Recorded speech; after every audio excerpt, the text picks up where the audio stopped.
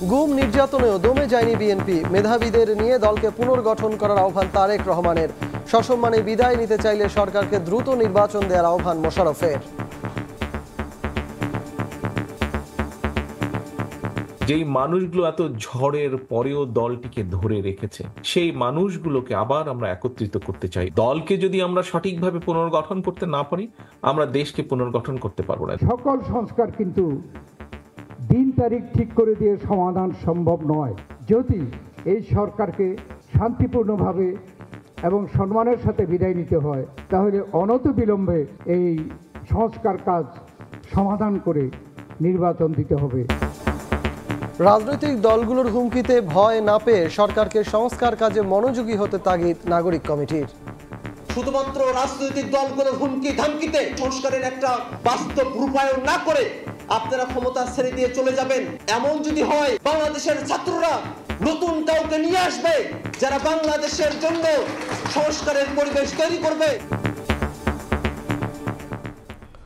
দেখছিলেন প্রধান শিরোনাম, রাতের সময় সঙ্গে আছি আমি সজল মিত্র রিচার্ড।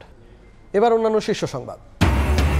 ফেব্রুয়ারি শুরুতে ঘোষণাপত্র নিয়ে রাজনৈতিক ঐক্যের আশা প্রধান উপদেষ্টার। সরকারকে পূর্ণ সমর্থনের প্রতিশ্রুতি মার্কিন দূতাবাসের চার্জ দি অ্যাফেয়ার্সের। দিনভর আন্দোলনের পর মেডিকেল ভর্তি পরীক্ষায় কোটায় উত্তীর্ণ 193 জনের ফল স্থগিত। যাচাই বাছাইয়ের সনদ পাঠাতে হবে স্বাস্থ্য শিক্ষা অধিদপ্তরে। বদলে যাচ্ছে পুলিশ, র্যাব, আনসারের পোশাক। মানসিকতায় পরিবর্তন আনাই লক্ষ্য, জানালেন স্বরাষ্ট্র উপদেষ্টা। বিজিবিকে সীমান্তে সাউন্ড গ্রেনেড ব্যবহারের অনুমতি। অটিস্টিক সেলকে ব্যবহার করে রাষ্ট্রীয় অর্থ আত্মসাৎ করেন পুতুল, বলছে দুদক। বিশ্ব স্বাস্থ্য সংস্থা থেকে সরাতে পররাষ্ট্রের পর এবার স্বাস্থ্য মন্ত্রণালয়ের চিঠি। এবং 47তম মার্কিন প্রেসিডেন্ট হিসেবে কিছুক্ষণ পর শপথ নেবেন ডোনাল্ড ট্রাম্প। ওয়াশিংটন জুড়ে নজিরবিহীন নিরাপত্তা, প্রথম দিনই রেকর্ড সংখ্যক নির্বাহী আদেশের ইঙ্গিত।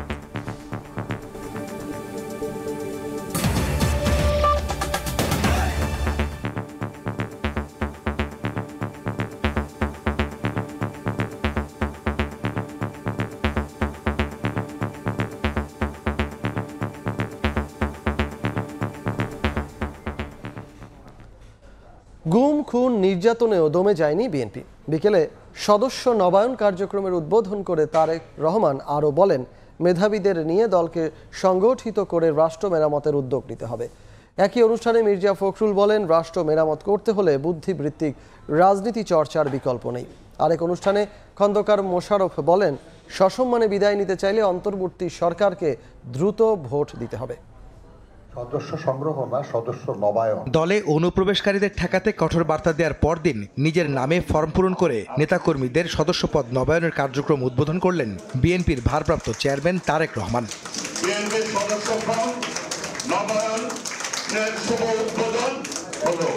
গুলশানে বিএনপি চেয়ারপারসনের কার্যালয়ে এই কার্যক্রমের সভাপতিত্ব করেন দলের মহাসচিব মির্জা ফখরুল ইসলাম আলমগীর। দলীয় নেতাকর্মীদের স্লোগান নির্ভর রাজনীতিতে ক্ষোভ জানিয়ে বলেন, বুদ্ধিবৃত্তিক রাজনীতির চর্চা না হলে রাষ্ট্র মেরামত সম্ভব নয়। দেখুন, রাজনৈতিক কর্মীর মুখ থেকে এই ধরনের স্লোগান আসা উচিত নয়, এবং সেখানে কত বড় ব্যাংক্রাপসি, একটা দেউলিয়াপনা হতে থাকে রাজনীতি, সেটা বোঝা যায়। এই প্রতিযোগিতা কিন্তু স্লোগান দেওয়ার প্রতিযোগিতা নয়, মেধার এবং বুদ্ধির প্রতিযোগিতা। সোশ্যাল মিডিয়াতে কে কত ভালো লিখতে পারেন, কথা বলতে পারেন, তার প্রতিযোগিতা। তারেক রহমান বলেন, গুম, খুন, নির্যাতনের পরও দমে যায়নি বিএনপি। মেধাবীদের নিয়ে দলকে আবার সংগঠিত করে রাষ্ট্র মেরামতের উদ্যোগ নিতে হবে। গুম, খুনের পরেও, শত অত্যাচার নির্যাতনের পরেও আমরা দমে যাইনি। আমরা আমাদের দলের হাজারো লক্ষ নেতাকর্মীকে নিয়ে আমরা স্বৈরাচার মুক্তি আন্দোলনে ঝাঁপিয়ে পড়েছিলাম। ঠিক একইভাবে আসুন আজ আমরা আবার দলকে পুনর্গঠিত করার জন্য, কারণ এই দলকে পুনর্গঠিত, যত শক্তিশালী পুনর্গঠিত ঐক্যবদ্ধ আমরা করতে পারবো, আমরা আগামী দিনে আমাদের 31 দফার মাধ্যমে রাষ্ট্রকে তত দ্রুত আমরা মেরামত করতে পারবো। এদিন সকালে বিএনপির প্রতিষ্ঠাতা ও সাবেক রাষ্ট্রপতি জিয়াউর রহমানের 89তম জন্মবার্ষিকী উপলক্ষে ডক্টর অ্যাসোসিয়েশন অব বাংলাদেশ ড্যাবের আলোচনা সভায় যোগ দেন বিএনপির স্থায়ী কমিটির সদস্য ডক্টর খন্দকার মোশাররফ হোসেন। অন্তর্বর্তী সরকারের উদ্দেশ্যে তিনি বলেন, সম্মানের সঙ্গে বিদায় নিতে চাইলে দ্রুত ভোট দিতে হবে। যদি এই সরকারকে শান্তিপূর্ণভাবে এবং সম্মানের সাথে বিদায় নিতে হয়, তাহলে অনতিবিলম্বে এই সংস্কার কাজ সমাধান করে নির্বাচন দিতে হবে। এদিকে জিয়াউর রহমান ফাউন্ডেশনের উদ্যোগে ঢাকা বিশ্ববিদ্যালয়ে বৃক্ষরোপণ কর্মসূচিতে অংশ নিয়ে বিএনপির সিনিয়র যুগ্ম মহাসচিব রুহুল কবির রিজভী বলেন, ভারত ফ্যাসিবাদের কেন্দ্রীয় কার্যালয় হয়ে উঠেছে, সেখান থেকে ষড়যন্ত্র করে যাচ্ছেন শেখ হাসিনা। দিল্লি যেন এখন একটি সেই ফ্যাসিবাদের কেন্দ্রীয় কার্যালয়ে পরিণত। আহমেদ সালেহীন, সময় সংবাদ, ঢাকা। রাজনৈতিক দলগুলোর হুমকিতে সংস্কার যেন বাধাগ্রস্ত না হয় সে বিষয়ে সরকারকে মনোযোগী হওয়ার তাগিদ জাতীয় নাগরিক কমিটির। সন্ধ্যায় শহীদ আসাদ দিবসের আলোচনা সভায় একথা বলেন নাগরিক কমিটির সদস্য সচিব আক্তার হোসেন। বলেন, দেশকে ফ্যাসিবাদ মুক্ত করতে ৭২-এর সংবিধান বাতিল করে নতুন সংবিধান প্রণয়ন করতে হবে। এ সময় বিএনপির ৩১ দফা সংস্কারের অনেক দাবি অন্তর্বর্তী সরকার বাস্তবায়ন করছে বলে মন্তব্য করেন নাগরিক যুগ্ম আহ্বায়ক সারোয়ার তুষার। নির্বাচন ইস্যুতে রাজনৈতিক দলগুলোকে আরও দায়িত্বশীল হওয়ার আহ্বান জানান তিনি।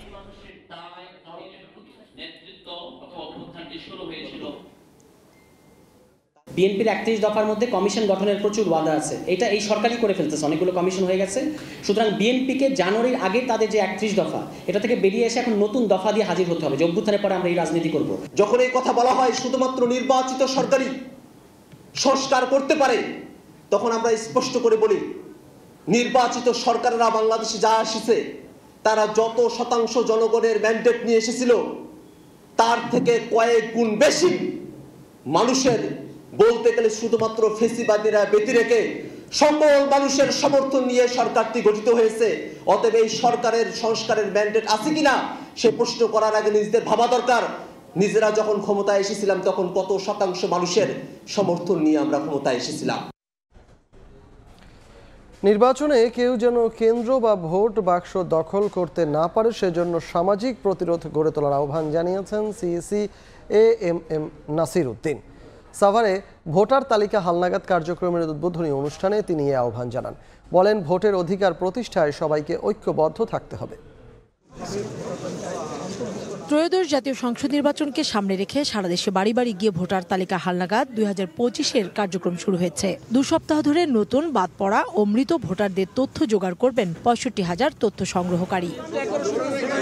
সোমবার সাভার উপজেলা পরিষদ মিলনায়তনে কেন্দ্রীয়ভাবে ভোটার তালিকা হালনাগাদ কার্যক্রমের উদ্বোধন করেন প্রধান নির্বাচন কমিশনার এএম নাসির উদ্দিন। উদ্বোধনী অনুষ্ঠানে নির্বাচন কমিশনাররা বলেন, জুলাই আন্দোলনের জন আকাঙ্ক্ষা পূরণে বদ্ধপরিকর কমিশন। আমরা প্রতিজ্ঞাবদ্ধ, শপথবদ্ধ। বর্তমান নির্বাচন কমিশন কোন রংবিহীন, চেহারাবিহীন একটি কমিশন।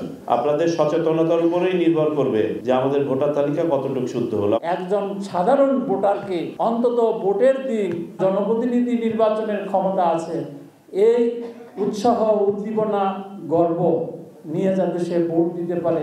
নির্ভুল ভোটার তালিকা প্রস্তুত ও এনআইডিতে সঠিক তথ্য নিশ্চিত করতে সতর্ক হয়ে তথ্য সংগ্রহকারীদের কাজ করার নির্দেশ দেন কমিশনাররা। আপনারা একটা নির্ভুল ভোটার তালিকা সংগ্রহ করবেন, শতভাগ নির্ভুল করতে হবে। কাজ করা আর আন্তরিকতার সাথে কাজ করা আর সেবার মানসিকতা নিয়ে কাজ করা দুটি কিন্তু আলাদা।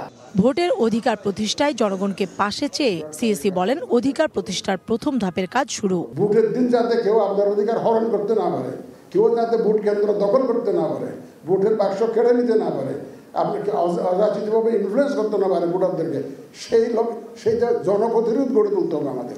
লাঠি সোটা নিয়ে কেন্দ্র দখল করতে দেব না, আমি এই সামাজিক প্রতিরোধ গড়ে তুলতে হবে আমাদেরকে এই ধরনের অনিয়মের বিরুদ্ধে। উদ্বোধনী অনুষ্ঠান শেষে নতুন ভোটারদের তথ্য সংগ্রহের কার্যক্রম পরিদর্শন করেন প্রধান নির্বাচন কমিশনার। কাউসার চৌধুরী কুমু, সময় সংবাদ, সাভার। ফেব্রুয়ারির শুরুতে জুলাই ঘোষণাপত্র নিয়ে রাজনৈতিক ঐক্যের আশা প্রধান উপদেষ্টা। এদিকে উন্নয়ন এবং সন্ত্রাস মোকাবেলা সহ বিভিন্ন বিষয়ে অন্তর্বর্তী সরকারকে পূর্ণ সমর্থন দিতে যুক্তরাষ্ট্র প্রতিশ্রুতিবদ্ধ বলে জানিয়েছেন মার্কিন দূতাবাসের charge d' affaires Tracey Ann Jacobson. প্রধান উপদেষ্টার বাসভবন যমুনায় ডক্টর ইউনূসের সঙ্গে সৌজন্য সাক্ষাৎ করেন ট্রেসি অ্যান জ্যাকবসন। এ সময় তিনি ডক্টর মোহাম্মদ ইউনূসকে তার সরকারের সমর্থনের কথা আবারও জানান। সরকারের সংস্কার উদ্যোগ, জুলাই ঘোষণাপত্র নিয়ে রাজনৈতিক ঐক্যমত্য গড়ে তুলতে সরকারের প্রচেষ্টা এবং নির্বাচনের পরিকল্পনা সম্পর্কে অবগত করেন প্রধান উপদেষ্টা। এ সময় মার্কিন চার্জ ডি অ্যাফেয়ার্স কিছু সাংবাদিককে গ্রেপ্তার এবং কিছু সহিংসতার প্রতিবেদন নিয়ে উদ্বেগ প্রকাশ করেন। প্রধান উপদেষ্টা বলেন, অন্তর্বর্তী সরকার দেশের সবার জন্য ন্যায় বিচার নিশ্চিতে প্রতিশ্রুতিবদ্ধ।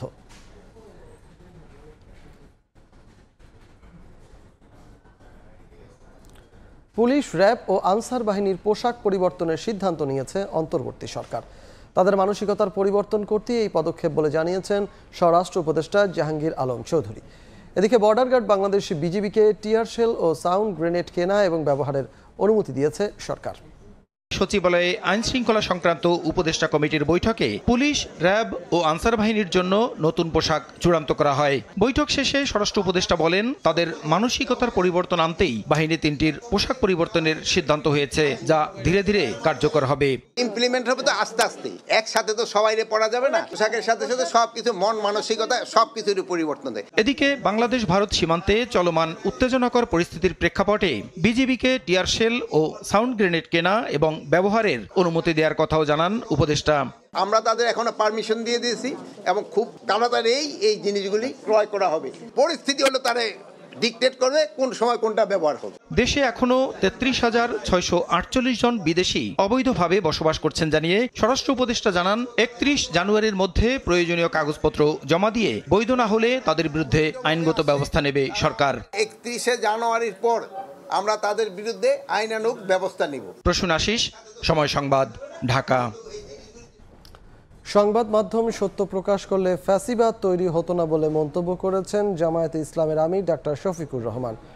সকালে রাজধানীর বড় মগবাজারে দৈনিক সংগ্রামের প্রকাশনা সুবর্ণ জয়ন্তীর অনুষ্ঠানে তিনি আরও বলেন, ফ্যাসিবাদ সরকারের আমলে প্রকৃত সত্য প্রকাশ পায়নি, যা এখনও কিছু কিছু ক্ষেত্রে রয়ে গেছে। একই অনুষ্ঠানে দৈনিক আমার দেশের সম্পাদক মাহমুদুর রহমান বলেন, অপরাধ প্রমাণের আগে কোনো সাংবাদিকের বিরুদ্ধে গ্রেফতারি পরোয়ানা জারি করা যাবে না। প্রয়োজনে আইন করে তা বন্ধ করতে হবে। মত প্রকাশের স্বাধীনতার জন্য কাউকে হয়রানি করা যাবে না।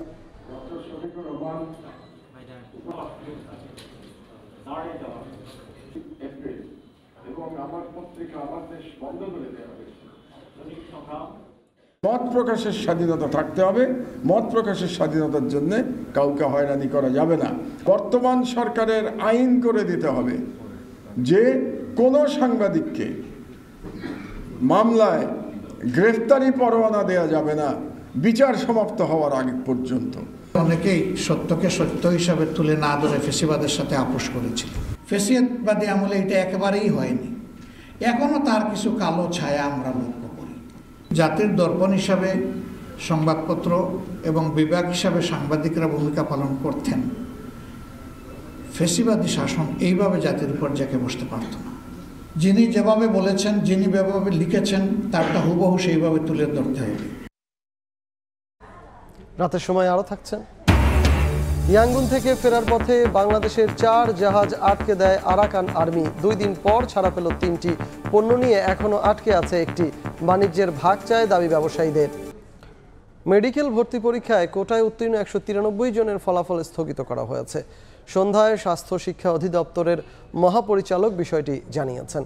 29 জানুয়ারির মধ্যে সনদ যাচাই বাছাইয়ের জন্য কাগজপত্র জমা দিতে বলা হয়েছে। এর আগে মেডিকেল কলেজে ভর্তি পরীক্ষায় অযৌক্তিক কোটা ব্যবস্থার নিরসন ও ফলাফল বাতিল করে পুনরায় প্রকাশের দাবিতে অবস্থান কর্মসূচি পালন করেন শিক্ষার্থীরা। শুক্রবার সরকারি বেসরকারি মেডিকেল কলেজের 2024-25 শিক্ষাবর্ষের ভর্তি পরীক্ষা অনুষ্ঠিত হয়। ফল প্রকাশ করা হয় রোববার। এরপরই কোটা সুবিধা নিয়ে তৈরি হয় অসন্তোষ। সবশেষ সোমবার সন্ধ্যায় এমবিবিএস ভর্তি পরীক্ষায় কোটায় উত্তীর্ণ 193 জনের ফলাফল স্থগিত করা হয়। বিষয়টি নিশ্চিত করেন স্বাস্থ্য শিক্ষা অধিদপ্তরের মহাপরিচালক অধ্যাপক ডাক্তার নাজমুল হোসেন। 29 জানুয়ারির মধ্যে সনদ যাচাই বাছাইয়ের জন্য কাগজপত্র জমা দিতে বলা হয়েছে। কেউ মিথ্যা তথ্য দিলে তার ভর্তি বাতিল বন্ধ থাকবে। কোটা কেবল মুক্তিযোদ্ধাদের সন্তানরা পাবে, নাতি নাতনিরা পাবে না বলেও জানানো হয়।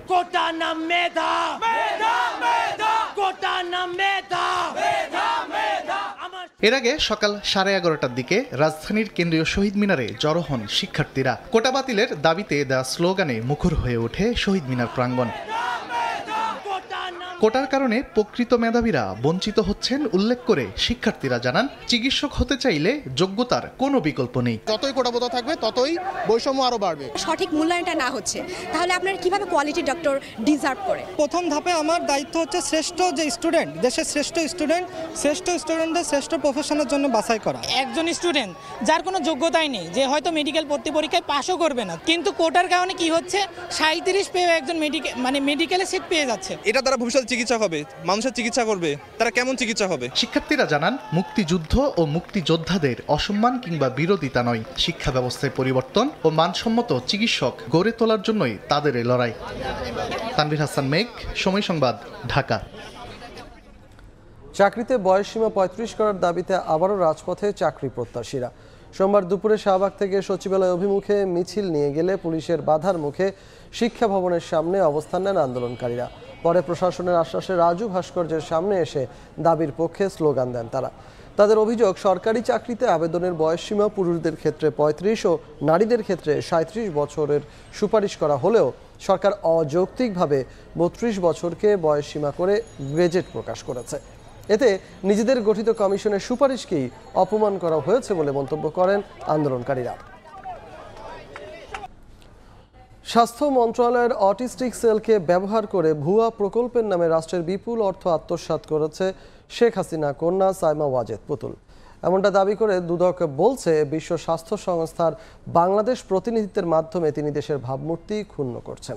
সার্বিক বিষয় বিবেচনায় নিয়ে তাকে বিশ্ব স্বাস্থ্য সংস্থা থেকে সরাতে স্বাস্থ্য মন্ত্রণালয়ে চিঠি দিয়েছে দুদক। সাইমা ওয়াজেদ পুতুলের যোগ্যতা না থাকলেও অনৈতিকভাবে প্রধানমন্ত্রীর ক্ষমতা ব্যবহার করে তাকে বিশ্ব স্বাস্থ্য সংস্থার দক্ষিণ পূর্ব এশিয়ার আঞ্চলিক পরিচালক নিয়োগে ভূমিকা রাখেন শেখ হাসিনা। যোগ্যতা হিসাবে স্বাস্থ্য সংস্থায় যেসব অভিজ্ঞতার কথা বলা হয়েছে তা কেবল কাগজে ও ফরমায়েশি। এমন অভিযোগে সম্প্রতি অনুসন্ধানে নেমেছে দুদক। দুদকের অভিযোগে বলা হচ্ছে, দুর্নীতির আশ্রয় নিয়ে পুতুলের পূর্বাচলে 10 কাঠা প্লট গ্রহণ, সূচনা ফাউন্ডেশন নামে জোরপূর্বক উপঢৌকন, এমনকি বিশ্ব স্বাস্থ্য সংস্থায় পুতুলের পক্ষে ভোট পেতে কয়েকটি দেশের সঙ্গে অসম চুক্তির মতো গুরুতর অভিযোগ এনেছে দুদক। বিশ্ব দরবারে এমন অভিযোগের কারণে বাংলাদেশের মর্যাদা ক্ষুণ্ণ হচ্ছে দাবি করে তাকে সরাতে কার্যকর পদক্ষেপ নিতে পররাষ্ট্রের পর স্বাস্থ্য মন্ত্রণালয়েও চিঠি দিয়েছে দুদক। অভিযোগ প্রমাণে সহায়ক যে সমস্ত দালিলিক প্রমাণাদি প্রয়োজন সেই সংক্রান্ত তথ্যাদির জন্য তারা তাদের কার্যক্রম করবেন। এদিকে গেল 15 বছর ধরে কুমিল্লার রাজনীতির গডফাদার হিসেবে পরিচিত বাহাউদ্দিন বাহার পরিবারের বিরুদ্ধে মামলা করেছে দুদক। বাহার ও তার স্ত্রীর বিরুদ্ধে প্রায় 70 কোটি টাকার অবৈধ সম্পদ ও 258 কোটি টাকার সন্দেহজনক লেনদেনের অভিযোগ আনা হয়েছে। অপরাধ লব্ধ অবৈধ অর্থ জ্ঞাতসারে হস্তান্তর, স্থানান্তর ও রূপান্তর করায় তার বিরুদ্ধে দুর্নীতি দমন কমিশন আইন 2004, দুর্নীতি প্রতিরোধ আইন 1947 এবং মানি লন্ডারিং প্রতিরোধ আইনের সংশ্লিষ্ট ধারায় একটি মামলা রুজু করা হয়েছে। এছাড়া কুমিল্লা সিটি কর্পোরেশনের মেয়র হিসেবে তাহসিন বাহার সূচনা কয়েক মাস দায়িত্ব পালন করেই গড়েছেন অবৈধ সম্পদ। দুদকের মামলায় তার বিরুদ্ধে 42 কোটি টাকার সন্দেহজনক লেনদেনের অভিযোগ আনা হয়েছে। তাসলিম তৌহিদ, সময় সংবাদ, ঢাকা। জুলাই বিপ্লবে আবু সাঈদ সহ সব হত্যা মামলার বিচারে মান নিশ্চিত করতে চায় আন্তর্জাতিক অপরাধ ট্রাইব্যুনাল।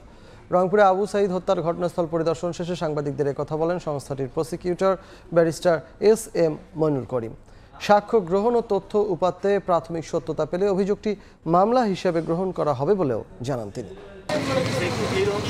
আন্তর্জাতিক অপরাধ ট্রাইব্যুনালে অভিযোগ দেওয়ার এক সপ্তাহ পর রংপুরে প্রতিনিধি দল মামলার তদন্তের কাজে বেগম রোকেয়া বিশ্ববিদ্যালয় পরিদর্শন করেন 12 সদস্যের দল। নানা তথ্য উপাত্ত সংগ্রহের পাশাপাশি কথা বলেন প্রত্যক্ষদর্শীদের সঙ্গেও। ঘটনার স্কেচ ম্যাপ তৈরি সহ ভিসির কনফারেন্স রুম থেকে ইলেকট্রনিক্স ডিভাইসের মূল ফুটেজ সংগ্রহ করা হয়। সেদিনের ঘটনা আমি নিজে চোখে দেখেছিলাম এবং আমার সামনেই ঘটনাটা ঘটেছিল এবং আমি পুলিশ যে গুলি করতেছিল সেই ফুটেজ এবং আবু সাঈদকে যে গুলি লাগছিল সেই ফুটেজটি আমি ধারণ করেছিলাম।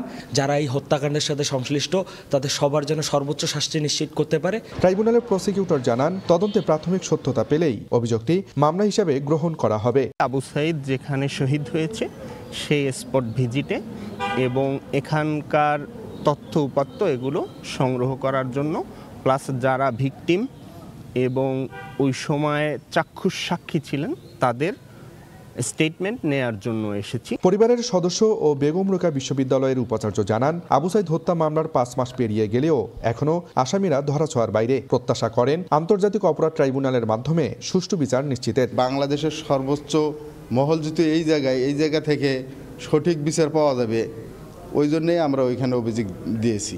এখানকার পিবিআই যে রিপোর্টটা এখন পর্যন্ত দেন নাই, যার পরিপ্রেক্ষিতে কেন দেরি হচ্ছে সেটাও আমরা জানি না।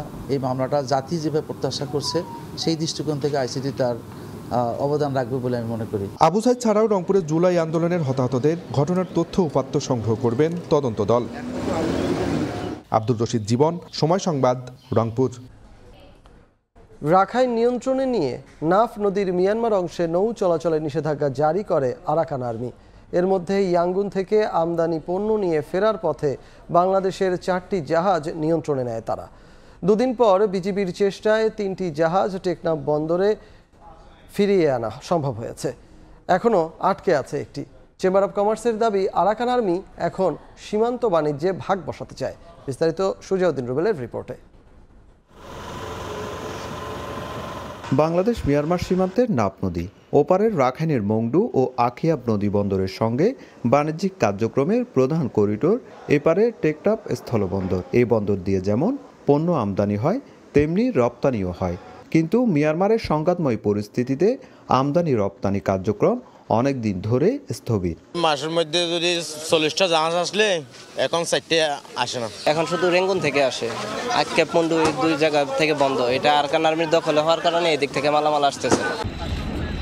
জানুয়ারির প্রথম 2 সপ্তাহে মিয়ানমার থেকে কোনো পণ্যবাহী জাহাজ টেকনাফ বন্দরে নোঙর করেনি। গত 18 জানুয়ারি মিয়ানমারের ইয়াঙ্গুন থেকে 4টি জাহাজ পণ্য নিয়ে বাংলাদেশের জলসীমায় ঢোকার আগে নিয়ন্ত্রণে নেয় আরাকান আর্মি। বিজিবির চেষ্টায় সোমবার 3টি জাহাজ ছাড়িয়ে আনার পর টেকনাফ স্থলবন্দরের জেটিতে পৌঁছেছে। এখনও একটি পণ্যবাহী জাহাজ আরাকান আর্মির নিয়ন্ত্রণে রয়েছে। এ নিয়ে ব্যবসায়ীদের মাঝে স্বস্তি ফিরলেও আতঙ্ক এখনো কাটেনি। আমাদের বর্ডারে যদি আপনার পাশে যদি গভীরতা হলে তাহলে ওরা আরাকান আর্মিরা আমাদের বুটগুলা পায় না।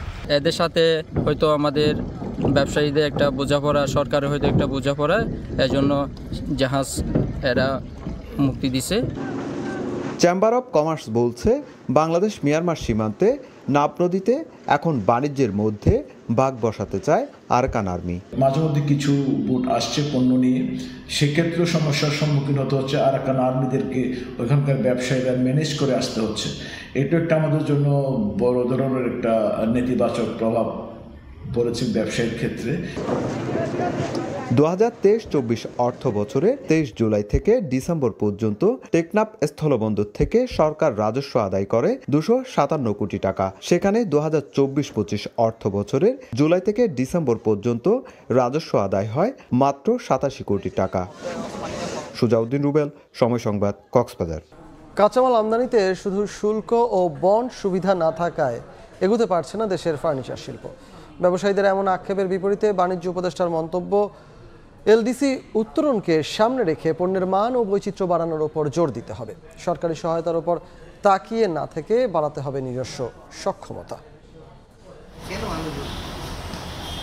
ফার্নিচারের বৈশ্বিক বাজার $600 বিলিয়ন হলেও বাংলাদেশের অংশগ্রহণ নামমাত্র। গেল অর্থ বছর এ খাতে রফতানি ছিল মাত্র $70 মিলিয়ন। এমন বাস্তবতায় 2030 সাল নাগাদ $5 বিলিয়ন রফতানি করতে চায় ফার্নিচার খাতের উদ্যোক্তারা। এমন উচ্চবিলাসী লক্ষ্যমাত্রা না ধরে বর্তমান রফতানিকে $1 বিলিয়ন নিয়ে যাওয়ার পরামর্শ দেন বাণিজ্য উপদেষ্টা। যেভাবে প্রেজেন্টেশন করা হয়েছে, এটা কি আসলেই আমরা 2030 সালে অর্জন করতে পারবো? আমার কাছে কিছুটা সন্দেহ হয়, টু বি ভেরি অনেস্ট। আমরা যদি $1 বিলিয়ন টার্গেট করি, and please don't feel demoralized when I'm saying $1 billion, because আপনি $5 বিলিয়ন যদি 2030 সালে রপ্তানি করতে চান, this is like a lot of birds in the sky, but let's put the birds in the hand. সোমবার পূর্বাঞ্চলে বাংলাদেশ চীন ফ্রেন্ডশিপ এক্সিবিশন সেন্টারে আয়োজিত এক সেমিনারে তার এই পরামর্শের বিপরীতে ব্যবসায়ীরা বিভিন্ন জটিলতার কথাও তুলে ধরেন। জানান, সার্টিফিকেশনের অভাব, উচ্চ আমদানি শুল্ক সহ আছে কমপ্লায়েন্স ও ব্র্যান্ডিং এর ঘাটতি। এ সময় রফতানি বাড়াতে বন্ড সুবিধা ও মুক্ত বাণিজ্যের উদ্যোগের আহ্বান জানান তারা। আমাদের ইনপুটে যা যা লাগবে আমাদের কিন্তু দিতে হবে, এবং যদি সরকার যদি আমাকে সাশ্রয়ী মূল্যে যদি দিতে পারে, আমরা যদি বন্ডে যদি মালগুলো আনতে পারি, আমরা জিততে পারবো। আমরা কেন শুধুমাত্র ভুটানের সাথে এফটিএ করব? ভিয়েতনাম 17টা এফটিএ করেছে, 2টা এফটিএ তাদের ফাইল পাইপলাইনে আছে, ইনক্লুডিং ইউ। তবে মুক্ত বাণিজ্য চুক্তির বিপক্ষে নিজের যুক্তি তুলে ধরে বন্ড সুবিধার অপব্যবহারের বাস্তবতা তুলে ধরেন বাণিজ্য উপদেষ্টা। এ সময় তিনি এলডিসি গ্রাজুয়েশন পরবর্তী প্রতিযোগিতায় টিকে থাকতে প্রস্তুতি গ্রহণের আহ্বান জানান। Only bond will not solve your problem. গতকালই আমি আমার অফিসে চায়নার সাথে এফটিএ নিয়ে কথা হচ্ছিল, আমি বললাম যে করবো না, কারণ ও আমার 8,000 প্রোডাক্টের একটা ফ্রি মার্কেট অ্যাক্সেস দিয়ে রাখছে। ওর সাথে এফটিএ করলে তো ওরে কিছু দিতে হবে আমাকে, আমি দিব কেন? ওর সাথে এফটিএ করবো না। বি প্রিপেয়ার্ড, আপনাদের কম্পিটিটিভনেস ইমপ্রুভ করেন। বৈচিত্র্যময় পণ্য উৎপাদনের পাশাপাশি নতুন বাজার ধরতে হলে পণ্যের মান বাড়ানো ও নিজস্ব সক্ষমতা বাড়ানোর তাগিদ দিলেন বাণিজ্য উপদেষ্টা। ফরহাদুর রহমান, সময় সংবাদ, ঢাকা।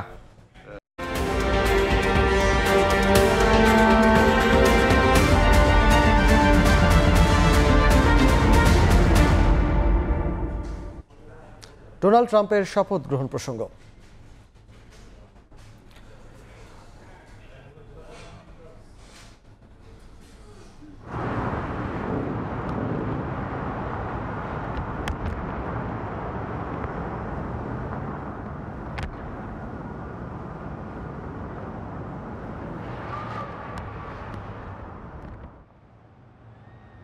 আমরা দেখতে পাচ্ছি ডোনাল্ড ট্রাম্পের গাড়ি বহর ইতিমধ্যেই ক্যাপিটাল হিলের দিকে যাচ্ছে। ওয়াশিংটন ডিসি থেকে হোয়াইট হাউস থেকে ক্যাপিটাল হিলের দিকে এই মুহূর্তে যাচ্ছে এবং যে সড়ক পথে যাচ্ছে সেই গাড়ি বহরটিকেই আমরা এই মুহূর্তে আপনাদেরকে দেখানোর চেষ্টা করছি। আমরা সবাই এমনিতেও জানি যে গত নভেম্বরে যে প্রেসিডেন্ট নির্বাচন অনুষ্ঠিত হয়েছে মার্কিন যুক্তরাষ্ট্রে, সেখানে ডেমোক্র্যাট দলীয় প্রার্থী কামালা হ্যারিসকে পরাজিত করে 47তম প্রেসিডেন্ট হিসেবে যুক্তরাষ্ট্রের নির্বাচিত হয়েছিলেন এই রিপাবলিকান দলীয় প্রার্থী ডোনাল্ড ট্রাম্প। আজ 20শে জানুয়ারি আনুষ্ঠানিকভাবে তার শপথ গ্রহণ অনুষ্ঠান, যেই সময়টার জন্য আমেরিকান রিপাবলিকানরা আসলে অপেক্ষা করছিল, সেই সময়টা একেবারেই সন্নিকটে। ডোনাল্ড ট্রাম্প তার প্রশাসনে বিভিন্ন ধরনের প্রশাসনিক পদক্ষেপ নেবেন, এমনটাই আমরা বিভিন্ন সময় শুনে এসেছি এবং আমরা যতদূর জানতে পেরেছি যে তিনি প্রেসিডেন্ট হিসেবে শপথ গ্রহণের পরপরই আরও বেশ কিছু পদক্ষেপ নিতে চলেছেন নিজের প্রশাসনকে সাজানোর জন্য। সেগুলো নিয়েও আন্তর্জাতিক গণমাধ্যমে বিভিন্ন সময়ে বিভিন্ন আলোচনা হয়েছে এবং এই মুহূর্তেও অবশ্য চলছে। আমরা দেখতে পাচ্ছি যে ওয়াশিংটন ডিসি থেকে ক্যাপিটাল হিলের দিকে যে গাড়িবহরটি যাচ্ছে, এই গাড়িবহরেই রয়েছেন ডোনাল্ড ট্রাম্প। তিনি আনুষ্ঠানিকভাবে শপথ গ্রহণ করতে যাচ্ছেন। 46তম প্রেসিডেন্ট জো বাইডেনের কাছ থেকে তিনি ক্ষমতা হস্তান্তর করবেন। আর এইবার ক্যাপিটাল হিলের আসলে ভেতরে এই শপথ গ্রহণ অনুষ্ঠিত হবে, কারণ একটা বৈরী আবহাওয়া বিরাজ করছে সেখানে, যে কারণে এবার আর বাইরে অনুষ্ঠানটি হচ্ছে না। 1985 সালের পর এবারই আসলে প্রথমবারের মতন ক্যাপিটাল হিলের ভেতরে এই শপথ গ্রহণ অনুষ্ঠানটি অনুষ্ঠিত হতে যাচ্ছে।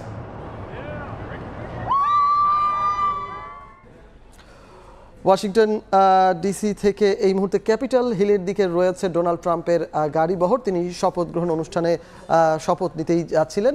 আমরা এতক্ষণ সরাসরি সেটি সম্প্রচার করছিলাম। এ পর্যায়ে শীর্ষ সংবাদ জানিয়ে দিচ্ছি আরেকবার। গুম নির্যাতনেও দমে যায়নি বিএনপি, মেধাবীদের নিয়ে দলকে সংগঠিত করার আহ্বান তারেক রহমানের। সসম্মানে বিদায় নিতে চাইলে সরকারকে দ্রুত ভোট দেওয়ার আহ্বান মোশাররফের। এবং ফেব্রুয়ারি শুরুতে ঘোষণাপত্র নিয়ে রাজনৈতিক ঐক্যের আশা প্রধান উপদেষ্টা, সরকারকে পূর্ণ সমর্থনের প্রতিশ্রুতি মার্কিন দূতাবাসের চার্জ ডি অ্যাফেয়ার্সের।